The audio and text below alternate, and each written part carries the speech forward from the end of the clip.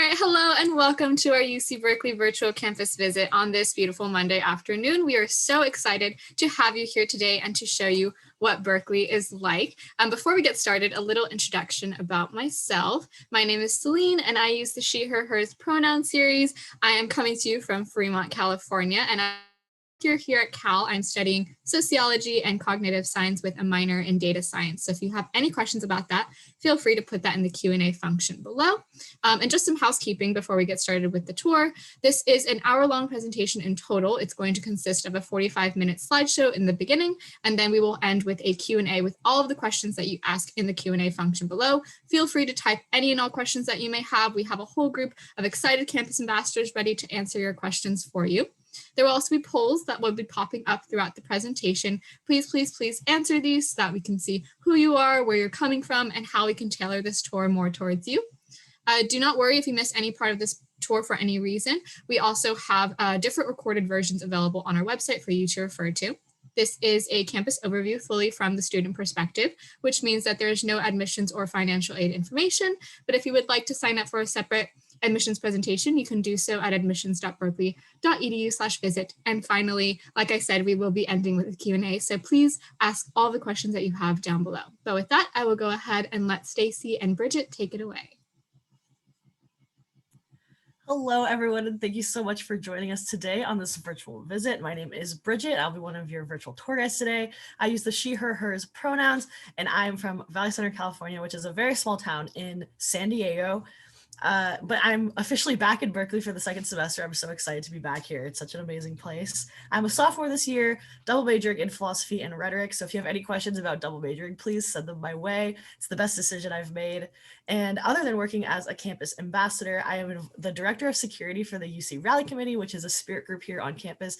And I am also a Bear Talk blog writer, which is a blog that campus ambassadors run. And we just write about student life. And I am so excited to be here with you guys today. Thank you, Bridget. Hello, everyone. My name is Stacey. I use the she, her, hers pronouns. I'm from Palos Verdes, California, which is in Los Angeles, and I'm currently a junior studying molecular environmental biology. And outside of the classroom, I'm involved in a lot of dance organizations on campus, Greek life, as well as MCBC DNA, which is a biology organization that supports the biology community on campus. All right, so once again, we're all very excited to have you here today. Make sure you're sending us those questions in the Q&A panel below.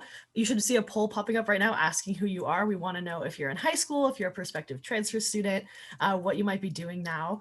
As those answers come in, you can see on the screen here just a few images kind of depicting Berkeley, since you can't be here in person to witness it yourself. On the top left, you can see some drone footage of our campus. You can just see how big and beautiful it is. I feel like it's a great way to kind of visualize what our campus is if you've never been here. A nice aerial view that you could get, say, from the top of the campanile, which you can see standing tall and proud in that video itself. Below that, you can see 150W. What this means is that we celebrated 150 years of women at Cal last year in 2020, which is something that I personally am very proud of. I think it's so cool that our school only took 2 years to start admitting women into its ranks, which is just a really awesome thing. I can see here on the poll that a lot of you guys are juniors, and we have a few seniors as well. So good luck with the last few years of your high school experience, and I hope that you're all planning on applying to Cal regardless of this tour. To finalize this slide, you can see that a few other images just of different locations on campus. There's the Hearst Memorial Mining Building, which is on the bottom left, one of the most beautiful buildings on our campus, if you ask me, along with one of our bear statues on campus that's sturdy. He stands right outside our football stadium. And of course, Memorial Glade, which is kind of one of the greatest places on campus. It's a huge field where students just go to relax, or you could study there right outside our library, and again, with the campanile in the background. Bridget, you are making me miss the Berkeley campus, so thank you so much for your warm, vibrant welcome. And so now we'll be going on to the agenda for today's tour. So we'll start off with an overview of Berkeley. So this includes the history as well as the establishment and who we are today as a university. We'll then move on to academics, housing and dining, health and safety, student resources, student life, athletics, libraries and research. And finally, throughout this tour, we'll actually interweave how we've been adapting to remote learning and COVID-19. All right, so as Stacey said, we're going to start off with some history of our campus. Berkeley was founded in 1868, and we were actually the first of the UC schools to be established. That's why we can go by the just simply University of California, or Cal, as you'll see on basically all of our sports jerseys and whatnot. It's really, yeah, so we were the first UC school, and then from us, we got UCLA and UC Davis and all the rest of them, creating just a really awesome UC program that we know and love today. Our mascot is the Golden Bear. You can see Oski on the top left there. He is our mascot. Just a wonderful, wonderful little bear that you can see all around campus, just spreading school spirit. And every time I see him, he gives me a high five, and it's just a really warm and welcoming presence, and it really reminds you why it's so awesome to be a Golden Bear. Looking at campus size, we are on the bigger side when it comes to public schools. There are 31,000 undergraduate students and 11,000 graduate students. So there are a lot of people here, which makes for a really great community. And there's always something new you're learning or you're meeting a new person every single day, which is really awesome. And along with our large campus, we have quite a few pretty cool historical landmarks. As I've mentioned before, you can see the Campanile in the top right, one of the largest clock and bell towers in the world. It's has an amazing view, and it stands right in the middle of our campus, which is really awesome. Below that, you can see Sather Gate, which is the entrance to our campus. Students come and go through there all day when school is in person, and it's a really cool place to be. And of course, that the gate is right on Sproul Plaza. Sorry, I forgot what it was called for a second. It's been so long since I've been on campus, but that is kind of like the center of activity here on campus. You can see spirit events there, protests, flyering, clubs are always in that area, and it's a really awesome place to be. Yeah, and echoing what Bridget was talking about, the school spirit is a large part of why I chose Berkeley, and the campus size really complements that school spirit. And talking about school spirit, that is very interwoven in our campus culture. We are a university of change makers.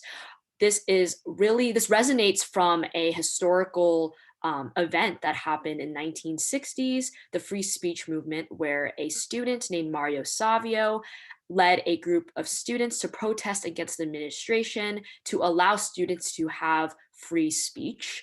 And the legacy of this free speech movement basically made a campus filled with students who want to advocate for what they believe in, their values, and are always passionate about speaking up and spreading what they believe in. And once again, this is also really shown through our leadership in student organizations. Students are always ready to challenge the status quo. And I love Sproul Plaza, as Bridget was talking about, because there's always these tents where students are basically like, join my organization, like listen to what I have to say about this. And it's really cool because, when you're a freshman, you feel like, how am I going to get involved in the school? How am I going to know what I want to be a part of? When, the moment you step on campus, there are students ready to welcome you, and students to show what they're passionate about, which is absolutely amazing. And this has been even continuing virtually through virtual events. Llamapalooza, which is our big event where student organizations just show what they are doing, has completely transformed virtually. And that's how I know my dance organization specifically have gotten new recruits. There's also a lot of entrepreneurship, research, and innovation happening every single day on campus that you can actually be a part of and definitely contribute to. In terms of the community, we are a community, as I said multiple times, of compassion, passion, and social justice, spirit and pride, diversity and excellence, and public service. This really speaks to what Bridget was talking about in the previous slide on how you meet new people every day from various backgrounds who have so much to share, and there's so much to learn from talking to, a student group of a student campus of 40,000 students, right? And what I love about this school is, there are a lot of protests that happen on Sproul Plaza. That being said, if you don't necessarily want to be directly in the action, you can advocate passively, or you can choose not to be a part of that. And students are very respectful about other people's choices. And so there's that duality of where you can step up and rise to the occasion, or you can also choose to learn and take a step back. So I'm just gushing over the student body, and I'm just so excited to start the new semester next week.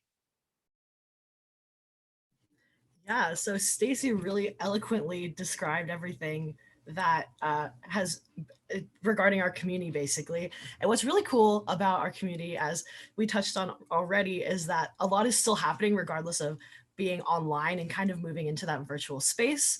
When it comes to education, everything, the school has done a really great job of making everything accessible to students and to faculty, regardless of the challenges that come with being on a computer all day.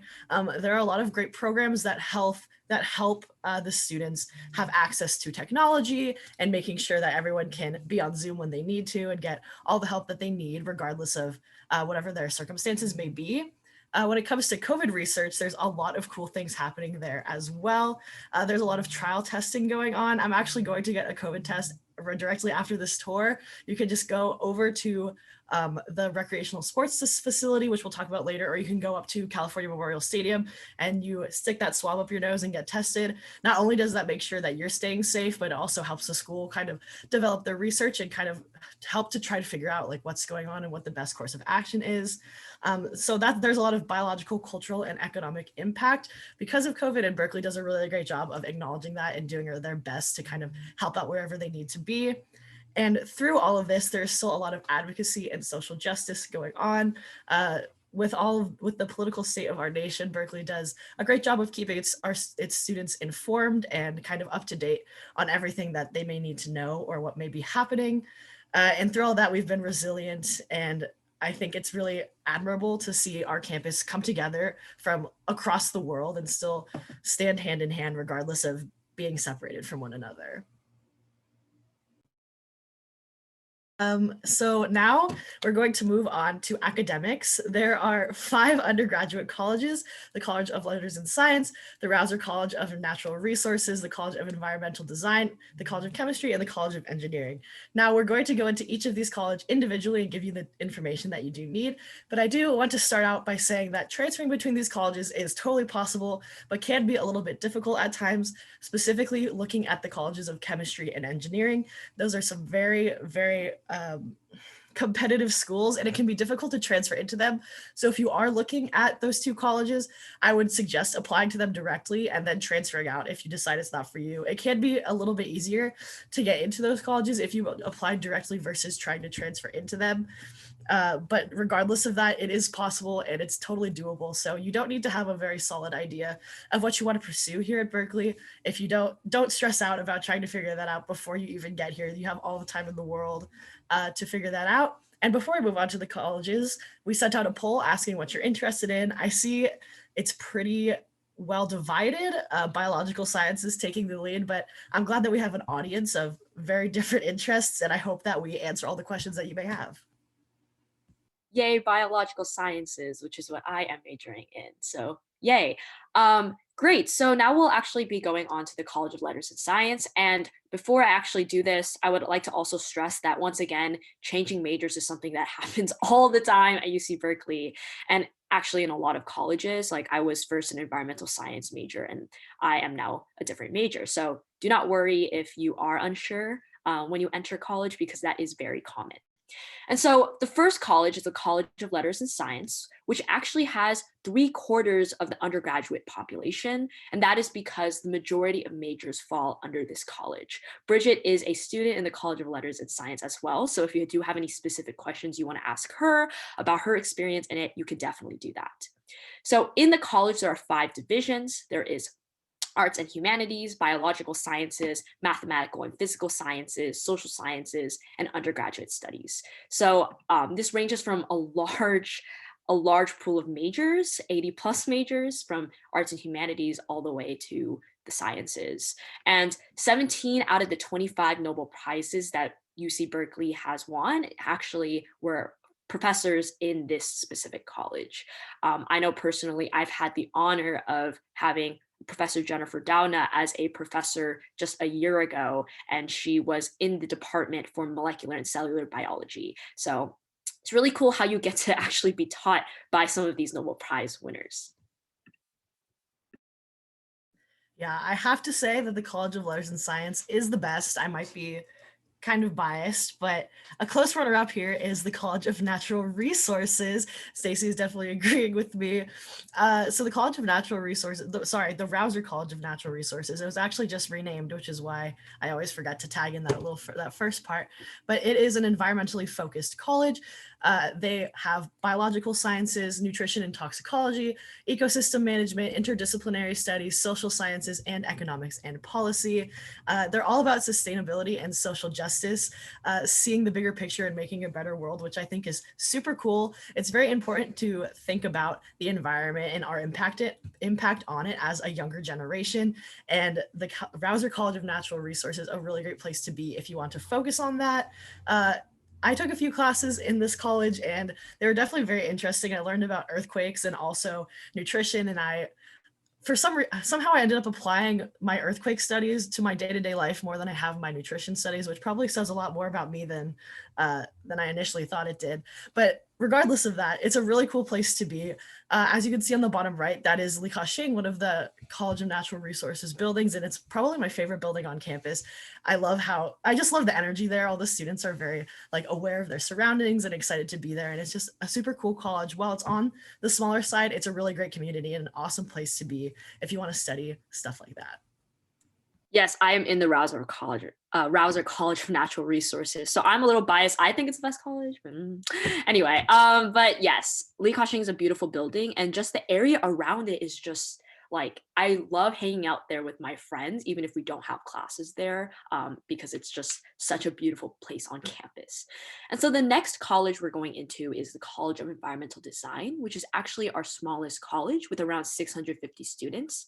In the college itself, there are only 4 majors: architecture, landscape architecture, urban studies, sustainable environmental design. And so if you're looking for studies in terms of learning sustainable infrastructure or learning about architecture, this is the college for you. And I really like to read this mission statement out loud because it's really beautiful. And I think that if I read this mission statement before I applied, I might have been more drawn to College of Environmental Design. Craft ecologically sustainable and resilient, prosperous and fair, healthy and beautifully built environments. And I think it's a great mission statement that really brings in the biosocial nature of environmental sciences and design, as well as the actual physical buildings that you do learn about in the college. And I also like to point out Worcester Hall, which is the building you actually see in front of you. And it has these beautiful collaborative spaces where students can really have that hands-on experience of making blueprints and bringing those blueprints to life. I love the College of Environmental Design. I was actually considering majoring in it before I found out that architecture had a lot to do with math, which just really is not my thing. But moving forward from there, we have the College of Chemistry, which is ranked #1 globally, which is pretty awesome if you ask me. I have a few friends in this college and they love it with all of their hearts. They say it's the best place to be, which I can appreciate, but STEM kind of scares me, so I would never find myself amongst their ranks. It has about 1,000 students with only 3 majors: chemistry, chemical engineering, and chemical biology, which is why it is so competitive, being globally ranked and all that. And they're really all about innovation and research ever since it was first established. In this college, we have discovered a total of 16 elements, including berkelium and californium, which is pretty rad if you ask me. And also we created the Lewis dot structure, which is one of the only things I ever understood in my high school science classes. It's those structures with the little circles and then the lines connecting them, diagramming molecules and whatnot. That was created here. And I think that's just a really great testament to how awesome and innovative the College of Chemistry can be. And if you are interested in chemistry, definitely think about applying to this college. I don't think you could get a better chemistry education anywhere else. And the same is to be said with the next college we're going to talk about. I really echo with Bridget saying, I'm not even a student in the College of Chemistry, but I have a lot of classes in the College of Chemistry, and they are really, really top-notch professors, students, and it's just an amazing experience to have such a hands-on course load where you're actually doing chemical experiments with your fellow peers. And it's cool to have that application of courses into the lab. And so next, and finally, the College of Engineering, which is around 3,800 students. It actually only has 11 majors. And in this college, you actually do apply directly to those 11 majors. That being said, there is an undeclared option if you don't know necessarily what you want to major in. However, it is a little more competitive. So if you do have an idea of what you want to major in, like we would recommend that you apply directly. You're not only taking, technical courses for your degree, but you're also doing a lot of humanities and social sciences breadth classes that are interwoven with your curriculum. And I already talked about the technical courses, which is more of like the math, the chemistry, the sciences that help you with your career in engineering. And I won't say too much about the College of Engineering because we do actually have a separate engineering virtual visit that is available to be registered for online. So if you're really interested in getting that focused view about the college, I recommend you sign up. And I know I'm personally a tour guide for the College of Engineering. So if you do have questions, you can definitely ask that in the Q&A, which I want to just emphasize is an amazing resource for prospective students down below that button. All right, so as I mentioned at the beginning of the tour, while we have a large undergraduate community, we also have a pretty big graduate community as well. That's because Berkeley offers 9 different graduate schools, which are all super, super awesome. We have the Haas School of Business, the Graduate School of Education, Information, Berkeley Law, Social Welfare, Optometry, Journalism, Public Health, and Public Policy. These are all really great further education places to go to. One of my friends just got into Berkeley Law and I'm so excited for her. Her boyfriend just got into the Haas School of Business. I just found out that my eye doctor back home went to the Berkeley School of Optometry, which was really weird to find out. And so if you are interested, I know it's probably really early for a lot of you. It's early for me too. But if you are interested in graduate schools, I definitely recommend checking these out a little bit more. And what's really awesome about our graduate schools is that a lot of them also offer undergraduate programs. Most notably, the Haas School of Business has an undergraduate program where students can apply their sophomore year here to basically study in the Haas School of Business and get that business degree that isn't offered outside of that program. They focus on business administration, global management, biology and business, and MET. So those are some of just the programs that kind of interweave with the business school. And some of the other graduate schools have programs as well. They're not as widely known as the Haas program is, but if you are interested in any of those, I highly recommend checking it out and looking into those schools for yourself. Yes, like for example, the School of Public Health, I'm so interested in, and I didn't even know necessarily like what it was before coming into college. So if you want that head start and look into those programs, I highly recommend it. All right, so now we're going to be going into structure and class sizes. So this is more about an overview of how academics are like at Berkeley. And so with your courses, you generally have a lecture where it's around, sometimes 300 to up to like 1,000 students, where a professor is up at the podium giving you the information about the class and about your course content. And then with those lectures, adjacently run are discussion sections that are taught by graduate student instructors, graduate students hired by the school to basically go over the course material with you, as well as answer any questions you have, and basically just go slower with the material. And this is also weekly with your lecture courses. There are also office hours that both professors and graduate student instructors hold, where you can go in for an allotted period of time and ask questions both about the course, but also about outside research, about the professor's research, for instance, about the graduate student's path. It's a really great way to get to know the people who are teaching you in the course. In terms of class size, there's an 18-to-1 student faculty ratio. And to demyth the idea that all classes are ginormous at Berkeley, 85% of classes are actually fewer than 50 students. So that's actually a lot of classes. That actually shocked me when I first learned about this. And it totally makes sense because now as a junior taking upper division courses, I can see that there are a lot of classes that are definitely less people. And those discussion sections can literally be like 10 people sometimes. So there's a lot of opportunities for you to be in a smaller classroom if you were concerned about that. There are also a lot of hands-on labs and studios. My chemistry labs, I promise you, I was wearing chemistry coat or like a lab coat. I'm sorry, chemistry coat, lab coat, like gloves, and I was really like getting in there and like doing chemical experiences and learning that for future research projects. In terms of resources, there's a student learning center where students who have taken the course get hired to basically tutor you for free. So it's a great way for both parties, both as a student learning as well as a student teaching. And I know I never took chemistry before college, so this center really, really helped me my freshman year. And there's also individual advising where every student has an advisor in their certain department or college where they're basically guided if they need help with their class schedule as well as managing their course load. All right, to quickly take a look at what this academic year has been and what it will be for our upcoming spring semester that starts next week. Last semester, it was all fully remote, so everything we did was online through Zoom.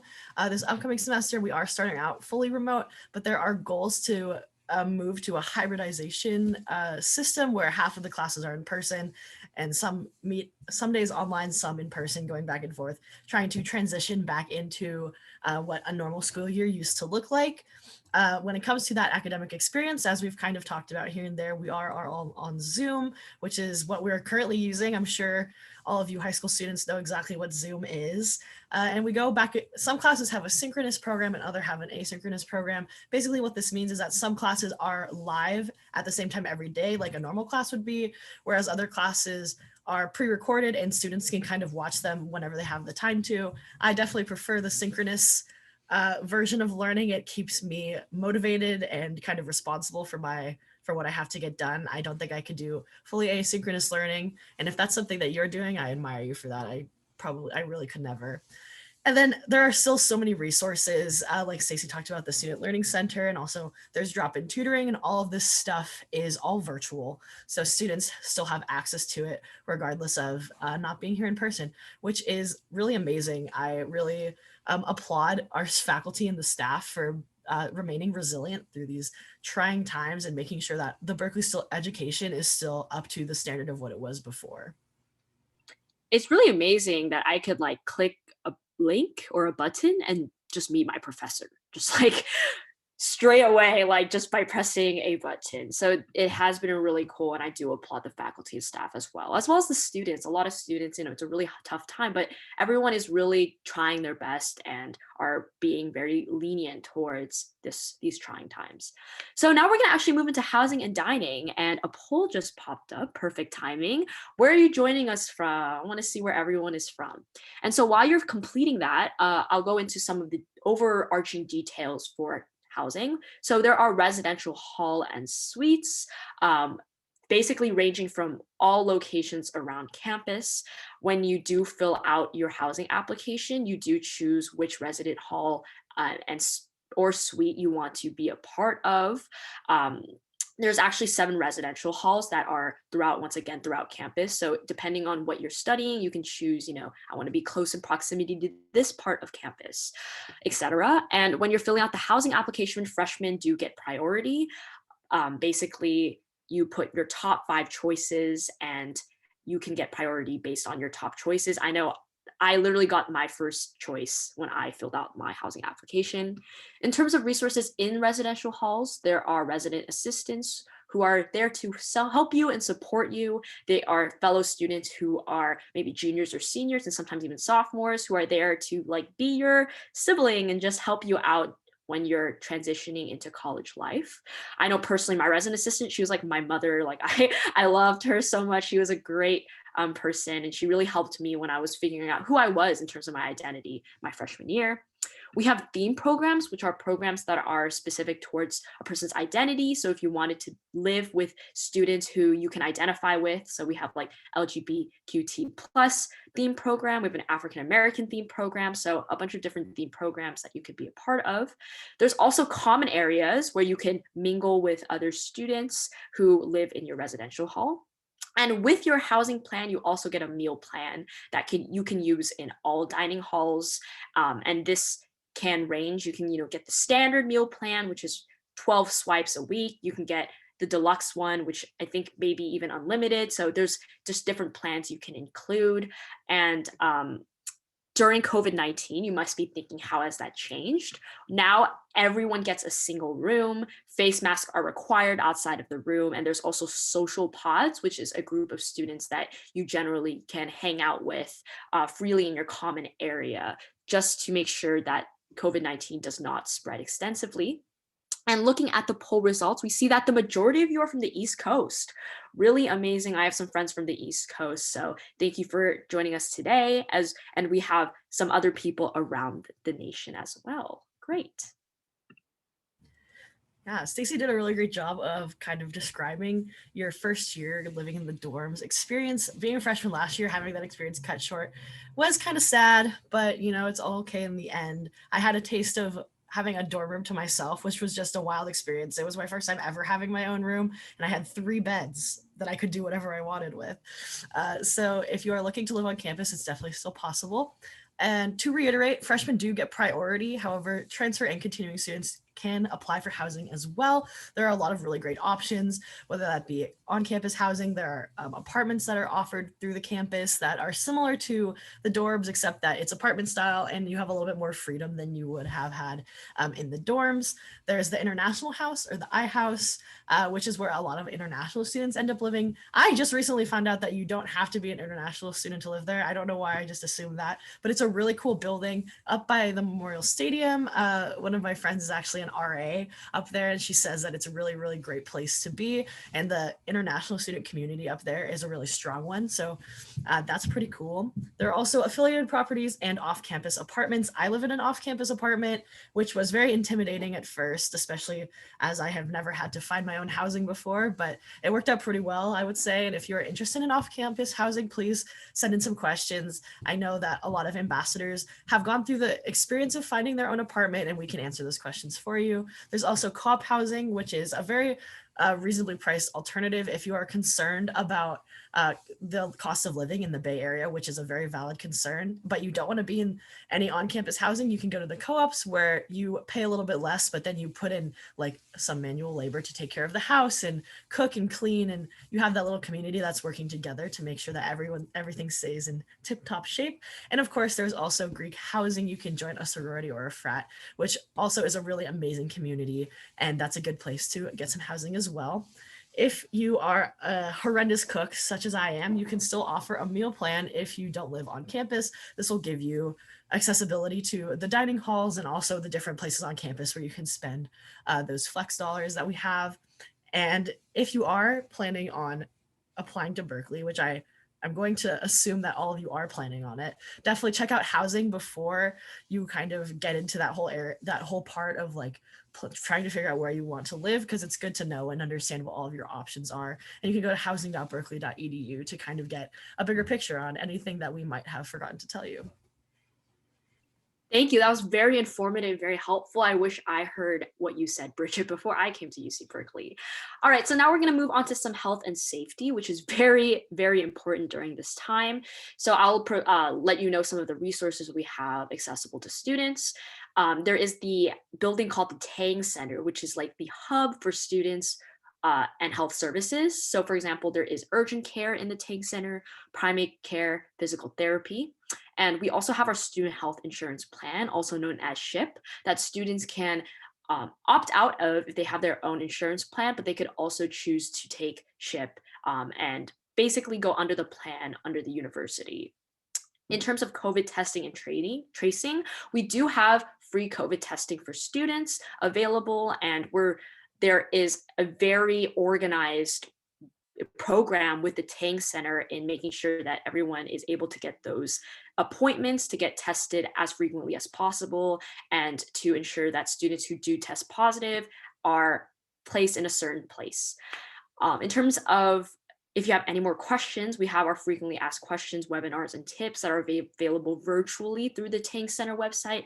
And I know they've been doing a lot in terms of launching like a wellness program last semester where students can join webinars and learn tips and tricks on how to practice wellness during these times. We also have psychological counseling, which is accessible to all students, regardless if you're under the health insurance plan. There's also Path to Care, which is a resource for students who have experienced sexual assault or violence. We have our Optometry Eye Center, which is with the graduate school, actually, that Bridget mentioned in a previous slide. And you can actually get your eyes checked up there. In terms of stress relief, we have Pause for Mental Health, which is where students interact with puppies, as well as Llamapalooza, which you can see on the top right picture, where you can take selfies with llamas on Memorial Glade, and it's an amazing sight. It really is. Yeah, so before we move on to some campus safety services, I do have to say that my friend planned Llamapalooza this past year, and it was on Minecraft and UC Blockly, which is a huge server that students made to replicate campus on Minecraft. And I'm just so proud of him that I need to say it on every tour. And it was really great to see. Again, it's an example of how the campus is making sure that everything is accessible online as it would have been in person. So now we're going to move on to some safety services. Being in an urban area, this is often a concern that mostly parents face. It's kind of nerve-wracking to send your students away to such a big, like a big city, basically. But the campus has a lot of safety services in place to make you feel safe at all times. The best one, in my opinion, being the blue light poles. They're like little lights in the distance reminding you that there's always someone there to help. These poles are located around campus, and if you feel unsafe at any moment, you can go up and press the button that's on there. You can see it pictured on the bottom left, and that will send a trained security officer to your location to deal with whatever the issue may be. And if it's not that urgent and you don't need to press the button, there are a lot of great safety phone numbers listed on there as well that are also going to be on the back of your student ID card, so you have access to those as well. The school has a program called Warn Me, which sends out messages every time something dangerous may be happening around campus, just to keep the students aware of what's happening and what areas maybe to avoid. I'll never forget, I got a text one time that a fire hydrant like exploded and a part of campus was drowning and like being flooded. And I was like, well, I don't really want to go swimming today. So I just avoided that part of campus. So it's very helpful. Definitely sign up for it if you do end up being a student here. And also the residence halls have a 3-point security system, which makes them feel very safe and secure. Basically, you have to use your key card to open the front door and then open the elevator or the stairwell. And then you have your key to your room. And then at night, from certain hours, you have to check in with a security officer at the front too, just scanning your ID card to make sure that you actually belong there and checking in any guests that you might be bringing back. Although guests aren't exactly allowed during these days with the COVID procedures in place in the dorms. Along with the security officers in the dorms at night, there are 2 other really great night services that the school offers. First being Bear Walk, which is where you call a number and a tall person, now they're not always tall, but in my experience, they're always a tall person with a bright yellow shirt comes to your location and they walk you home from wherever you may be. This was a really great program for when we were all in person and you would be in the library and then all of a sudden it was 3 a.m. and you didn't want to walk back to your dorm or your apartment by yourself. It's a really awesome program, and I have a lot of friends who spend their time working for Bear Walk, and they all love that feeling of making sure that every student feels safe here on campus. But if walking isn't your thing, which I totally can agree with, we also have the Night Safety Shuttle, which is a small bus that basically goes in a loop around campus, and you can hop on just by showing your student ID, and it'll take you to wherever you need to go. So you can always feel safe here on campus. Yes, and even students are always there for you when you need it, because I know like my roommate and I always made a walking system so that we could walk together, even if we were on different parts of campus, we would meet somewhere on campus and then walk home. Great. So in terms of student development, we have a lot of resources for students from all walks of life. So if you wanted to look into that, you totally can. There's Centers for Educational Justice and Community Engagement, Associated Students of University of California, also known as ASUC, which I'm actually a part of. And it's basically a student government, and it's a great organization that really advocates for the students' needs and for the students' wants. We have the Transfer Students Center, and their office is always, I always see their office anytime I'm walking on campus because it's in a very central part of campus, as well as a lot of resources for undocumented students. And in terms of support and equity, we have the Disabled Students Program, as well as the Basic Needs Center, and many, many more. If you want to know more about something specifically on this list, you could definitely look on the website, and you could also look for other programs if you wanted to know what UC Berkeley has to offer. Yeah, Berkeley has so many great resources, both online and in person. And a lot of those resources come in the form of student life and things that you can join outside of academics. I find that, oh, there goes a siren. I find that joining some things outside of academics can be very beneficial in every possible way.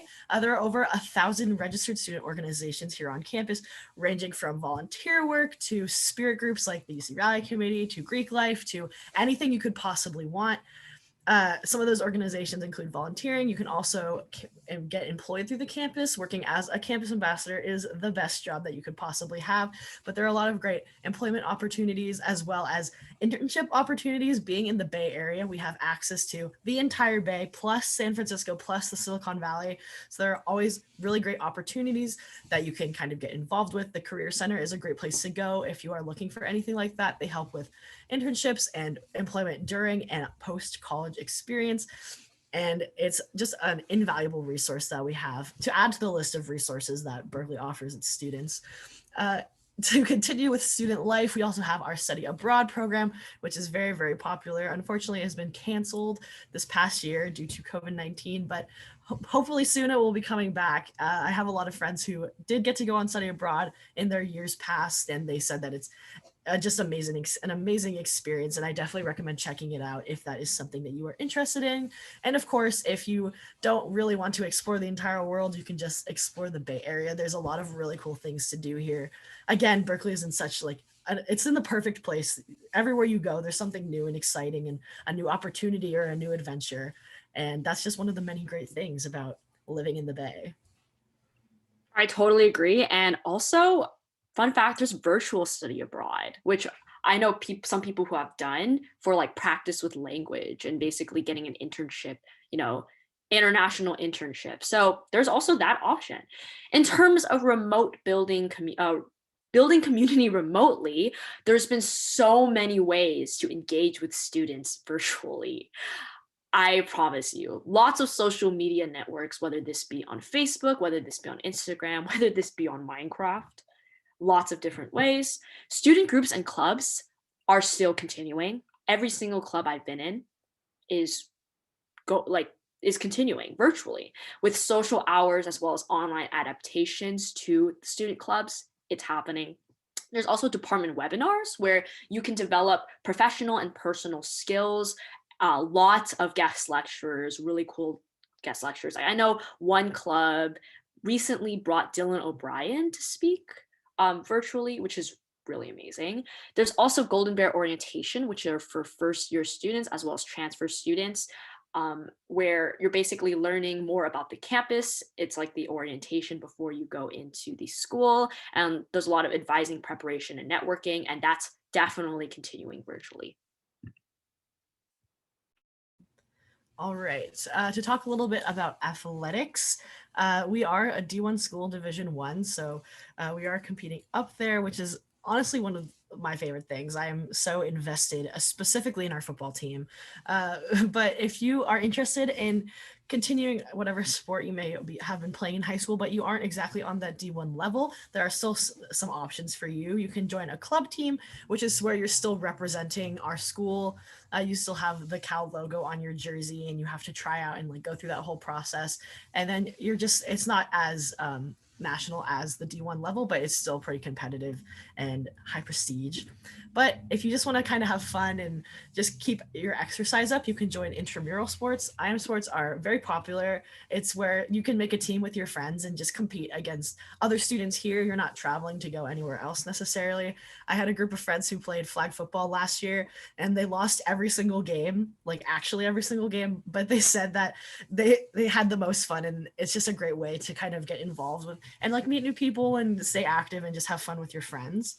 As I mentioned, we have the California Memorial Stadium, which is our football stadium up at the top of campus. And it's a really beautiful, beautiful place. And it's really cool because they have the Simpson High Performance Center and the Athletic Study Center, which are two programs for our student athletes here to make sure that they get all the academic help that they need. Kind of built around their crazy practice schedules, so they can go in super early in the morning when other students will still be asleep, so they can get that help either before or after practice, whatever that they may need. Because while they are amazing athletes, we still want to prioritize their academics and make sure that they're getting the education that they came to Berkeley to get initially. We also have the Haas Pavilion, which is our basketball slash volleyball slash gymnastics stadium at the other end of campus.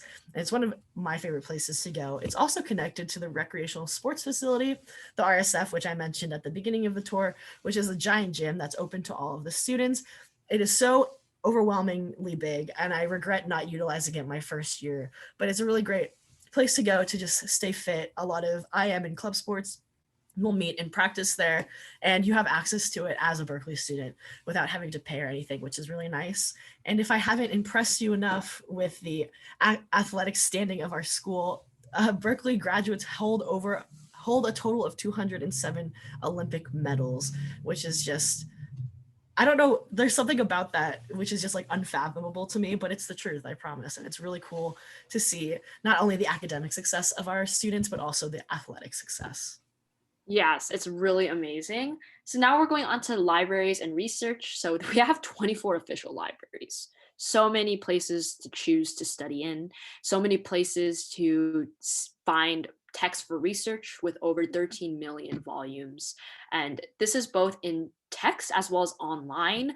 We have a really amazing, this is like one of my favorite parts about going to UC Berkeley, which is like kind of strange, but the databases that we have access to for research is extensive. Like really, I sometimes, go to a research paper and I'm like, I can't access this unless I pay $40 today. Very interesting.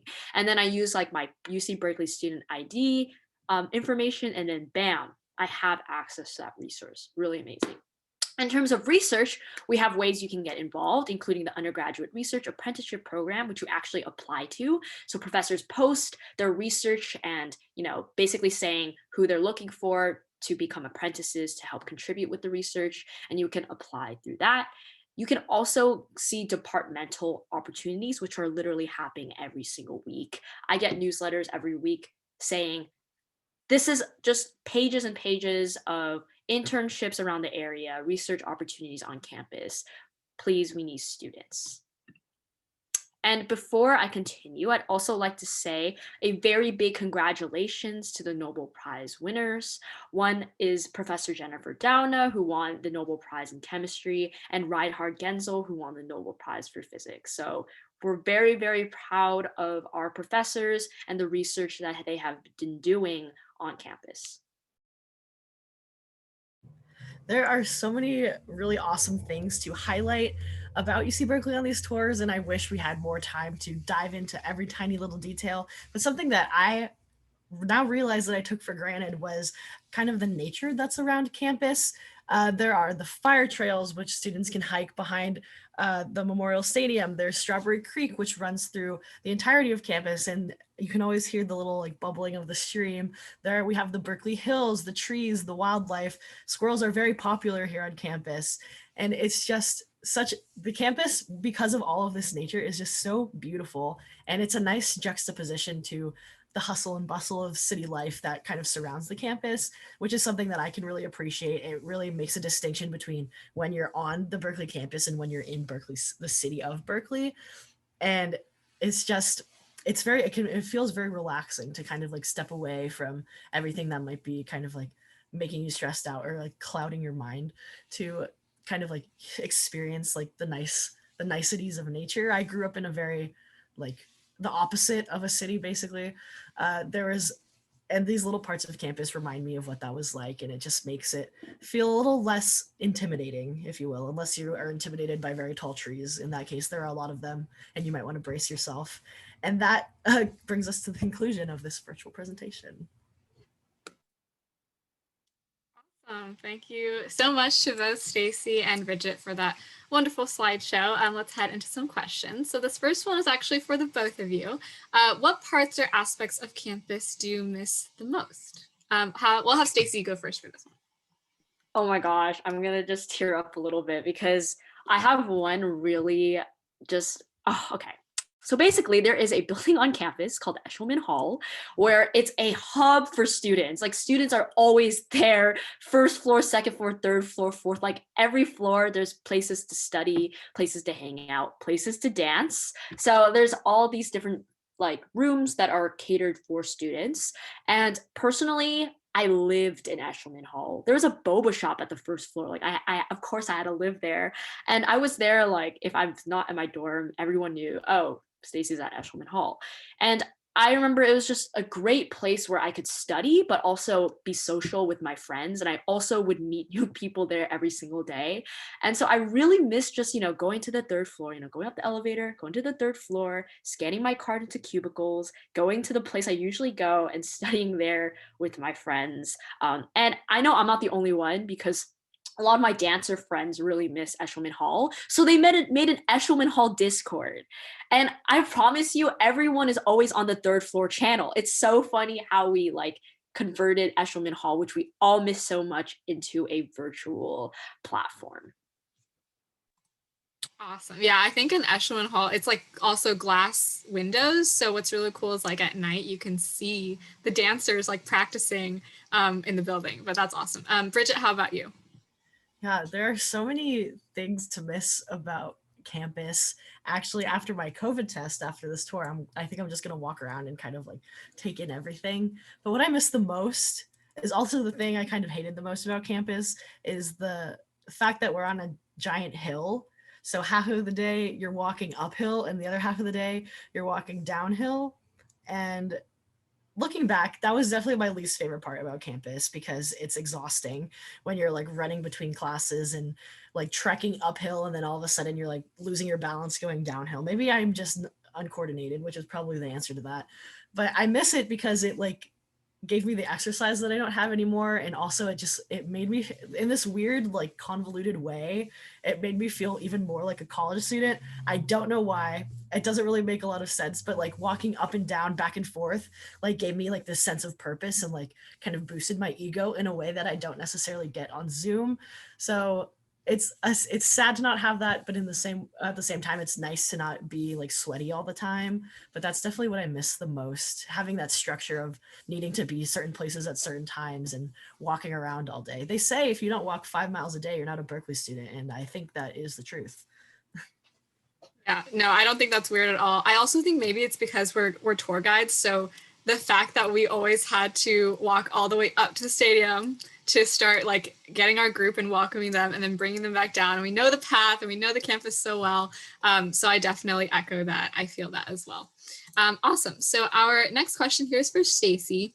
What are the pros and cons of having a larger student population here at Berkeley? This is an amazing question that I honestly wish I could ask a student when I was applying to college, because I actually went to a school with a graduating class of 60 students. So very, very small. So I was also very apprehensive about a large student population. That being said, I'll start with the pros. I would say the pros is that you do definitely meet amazing, phenomenal people every single day in your classes, but also in the student organizations that you join. I personally felt like I never really belonged in my high school, or like it was more like I feel like there was not really a lot of people who were very similar to me that I could like relate to in a way.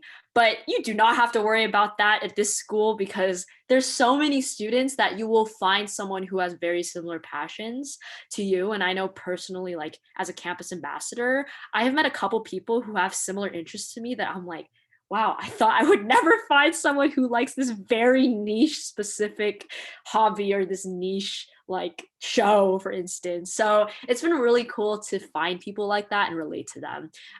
And that, as well as listening to the diverse stories that people have, it's like that really cool duality. I would say a con is that, in a smaller school, you have the resources right in front of you if you want to like, meet your professor, or if you need help with your homework. It's like the resources are literally just, they always are like, here are the resources for you. And at UC Berkeley, you do have to work hard to get those resources at times. That being said, it's definitely there.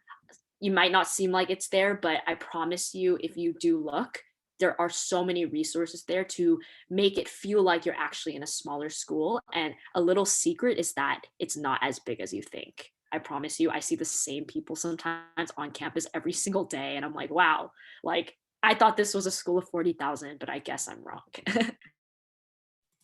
Yeah, I think Berkeley definitely recognizes the challenges of having a larger student population, and they provide the resources to help with that. But they're not going to hold your hand and tell you, "Oh, here you can apply to this or take the initiative to do this." But that also teaches you to become more independent, and realize like that you need to take the initiative and do it yourself.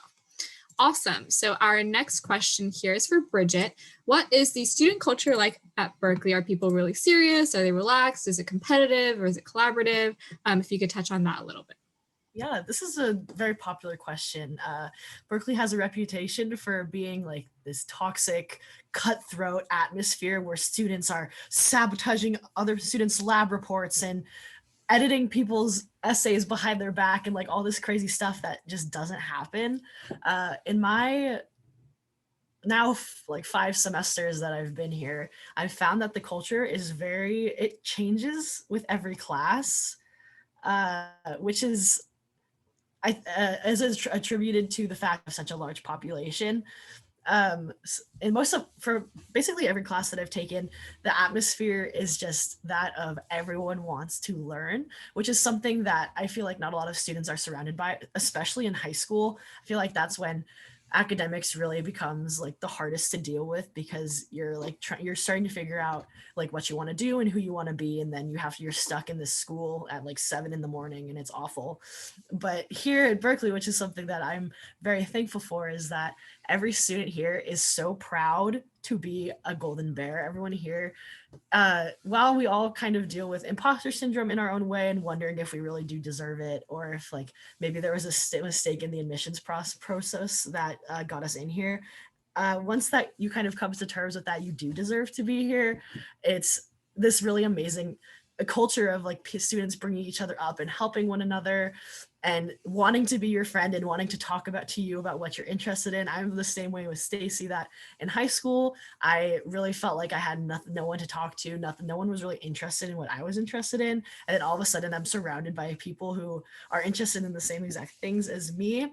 I will say though, when it comes to the culture, that there can be students who are a little bit more aggressive and kind of promote that cutthroat feeling. I had my first experience with it this last semester, where these students were kind of gatekeeping like the help that they offered to give other students, and it turned into this whole like dramatic like soap opera that I had to deal with. But I can honestly say that because of that, I met even the most amazing helpful people that I've ever had the chance to work with in a class, and we're planning to take more classes together in the future, so that to kind of like a takeaway from that is that if you do for some reason come across students who want to put you down, don't listen to them. And just, there are so many other students who are way better than that. And I would say that's these students who are like trying to be mean or whatever are probably like 2% of the entire population here.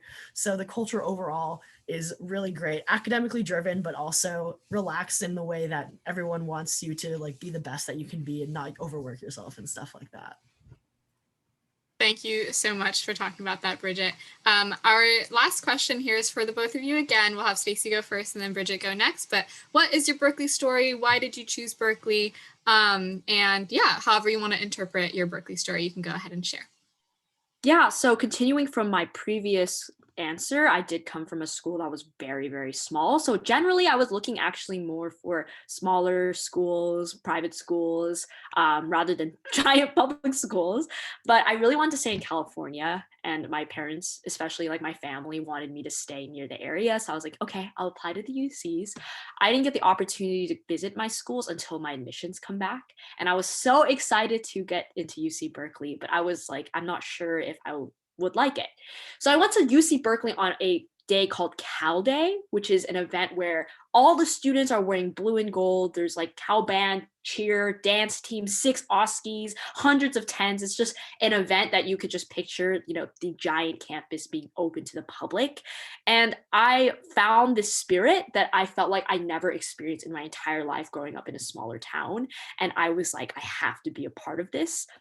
And I'm not gonna lie, at first it was difficult, like feeling like a person in such a large university. But you meet those people, I promise you, you meet those people that you call your family. And so it is a big school, but then you know that you can return to that family that you call home, which has like 60 students, maybe even less. And it's just so nice to always have people like who you can always return to if you're feeling like you want to have a bond with a smaller amount of students. So I just love that duality that UC Berkeley always never fails to provide me. And that's why I'm actually here right now telling you my Berkeley story, because I absolutely love that the resources that this university provides. Yeah, I could echo for hours and hours everything that Stacey just said. I have a very similar Berkeley story. I came from a very small high school. I set the record with my friend of most students gone to Berkeley in a single year, with 2 of us. And so it was very intimidating to come to this giant place with one other person that I barely knew. And I ended up choosing Berkeley because, very similarly to Stacey, because of their school spirit. In high school, I was always involved with ASB, the Associated Student Body, spirit program, stuff like that. And when I was looking into Berkeley, I never got to go to Cal Day or any of the events, but I saw on Instagram a picture of a girl firing a cannon, which is how I found the UC Rally Committee. And I just knew on the spot that Berkeley has great academics, but I'm choosing this school because of the people there.